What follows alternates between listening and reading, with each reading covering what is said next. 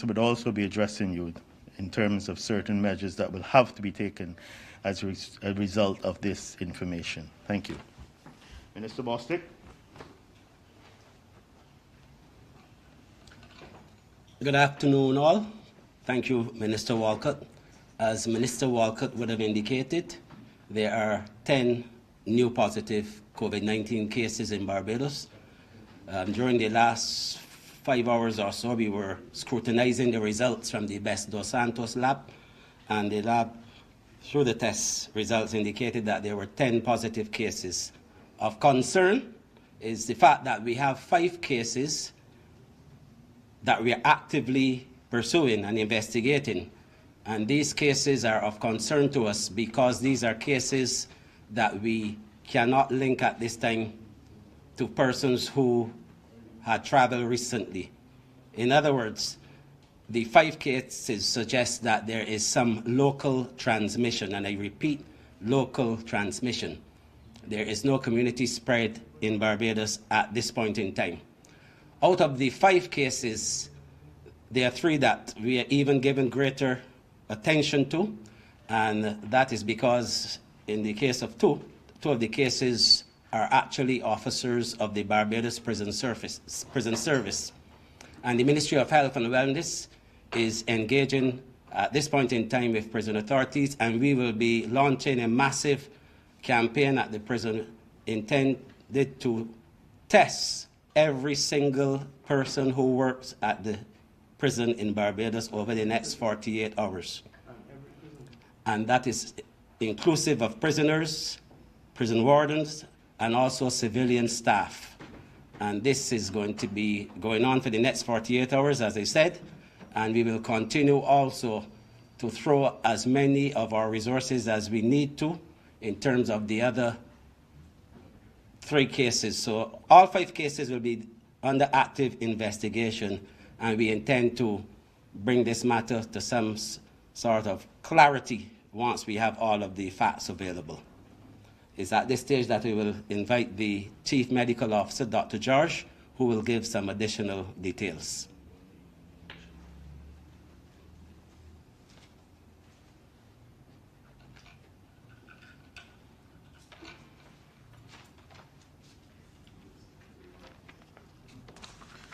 Good afternoon, everyone.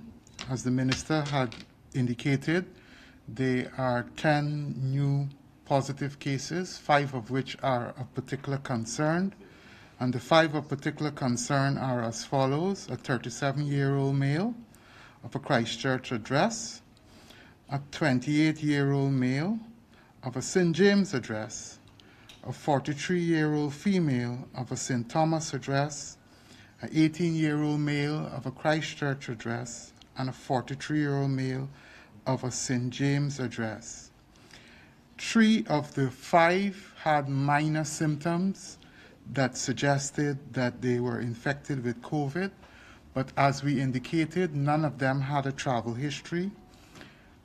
I would just like the public to know that we will start, the contact tracing has started immediately, and we have put measures in place to make sure that every individual will be tested associated with each case. We have done this before at the National Assistance Board.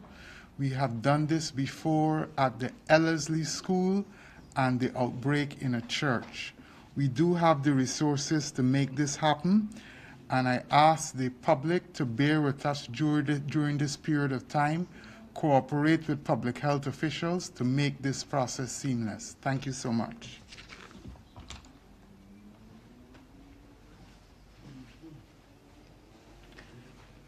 Thank you, Dr. George. I'm now going to ask the Prime Minister, the Honourable Mia Motley, to speak to you in terms of the specific actions that will have to be taken. Only yesterday we introduced some new directives, and there will be additional directives starting tonight. And I'm going to ask the Prime Minister, she will speak to those specifically and other matters. Thank you.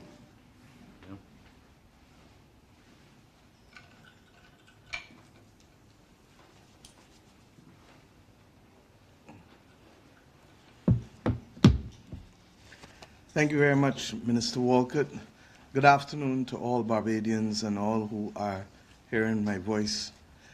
I would have been speaking to you anyhow today, but clearly the speech that I was coming to give has now completely changed. From this very room earlier this year, I told the country that we know what we have to do as a nation together to get through COVID. It remains critical that we stay focused and do and believe that each of us is going to have to take action to protect every person around us, and to believe that every person around us potentially can harm us. For that is why these masks are made.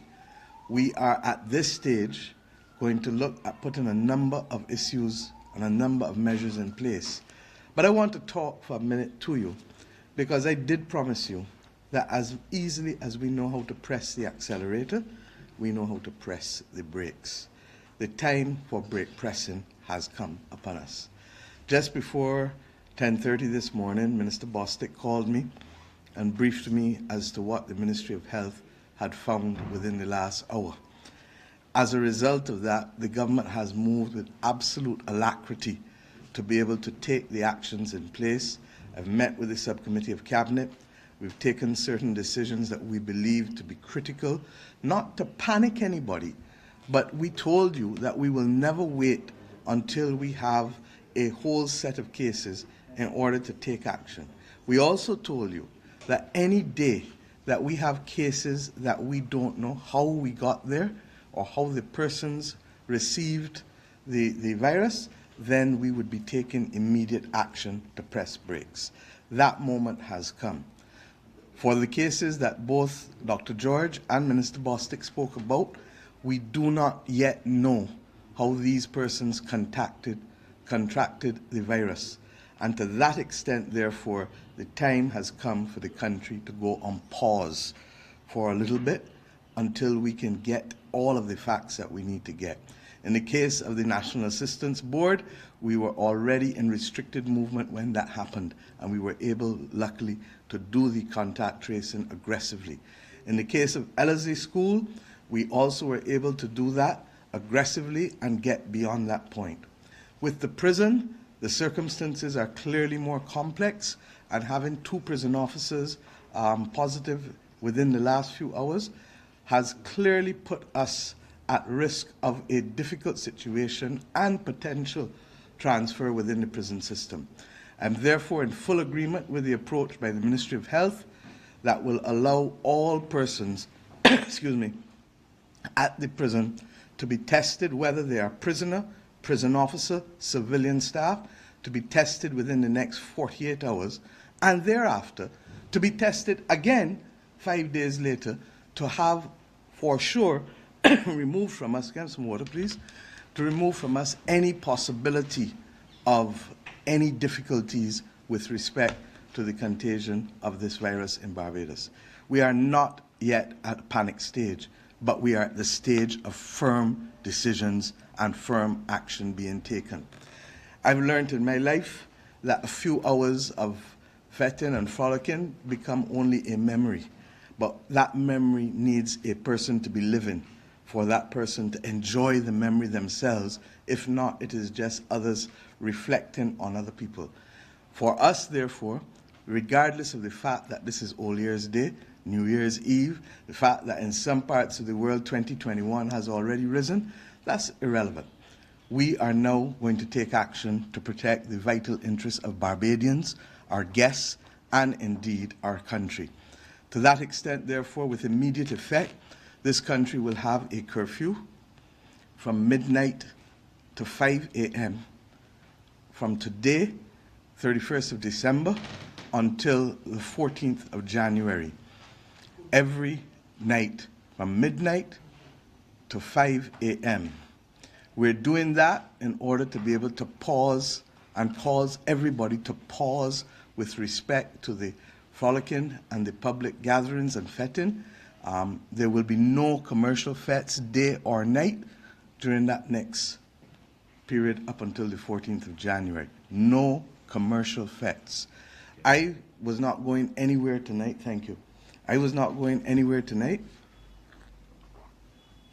And I was actually getting ready to do a selfie video when the minister called me, thank you, and to indicate that I wasn't going anywhere tonight, that stay with your family, stay with the few friends that you have in a bubble, and just reflect and talk ignorance. I can reflect and give praise. Do whatever you want, but stay in your small bubble. There is all the more reason for persons to do that tonight now. With respect to those who had planned events, this is a caring government. There are 65 events, Mr. Chapman has indicated, that applied to the COVID monitoring unit. We will reimburse those persons the expenses for perishable items and sunk costs for setup. This government is caring, but it is not foolish. Liquor can last, so we're not paying for anybody and compensating anybody for any alcohol. But we accept that a lot of people may have gone, may have bought food, may have done things.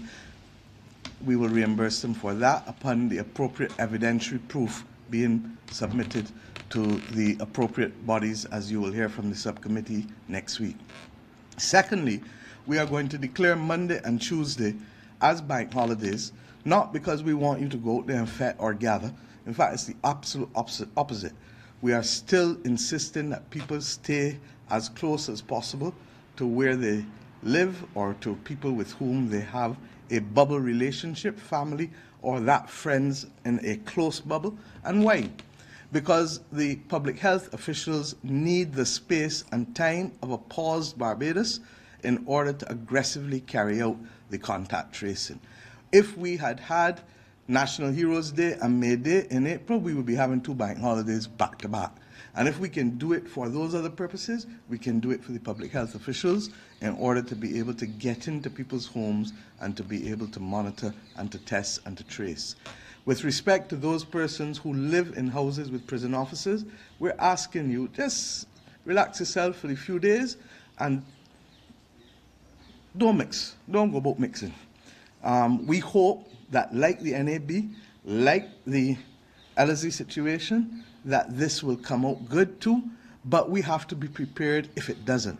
Unfortunately for us, since earlier this year, this country is more than prepared, and on the 19th of December, when last I spoke to you, I indicated that, thank God, that all of the arrangements with respect to our facilities at Harrison's Point, we have 80 beds there, so there's no issue for any running out of space at this point in time, and that's why we're intervening aggressively at this stage, because we don't want it to get ahead of us.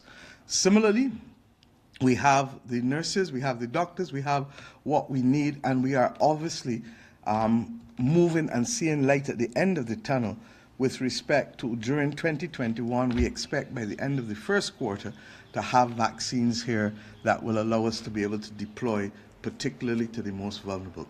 Because Monday and Tuesday will be bank holidays, and because we are putting this pause in place over the next 2 weeks with the curfew in place, I'm also going to indicate, or I'm indicating, that school will be deferred. It's opening for 2 weeks as well, and that there will be certainly no school between now and the 14th in terms of physical attendance whatsoever. The Ministry of Education will have to advise whether virtual classes can indeed start, and she will address the country on Monday as to whether that is possible or not. We're not rushing and making hasty and foolish decisions at this stage, but we're not going to put anybody at risk.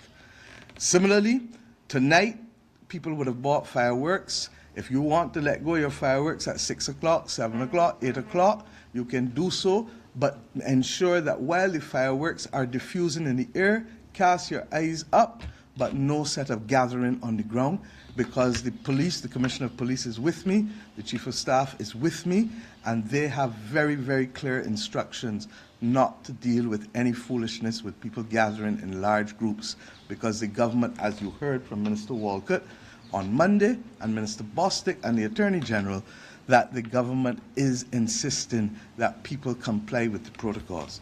I want to speak to you about the very difficult issue, obviously, of churches.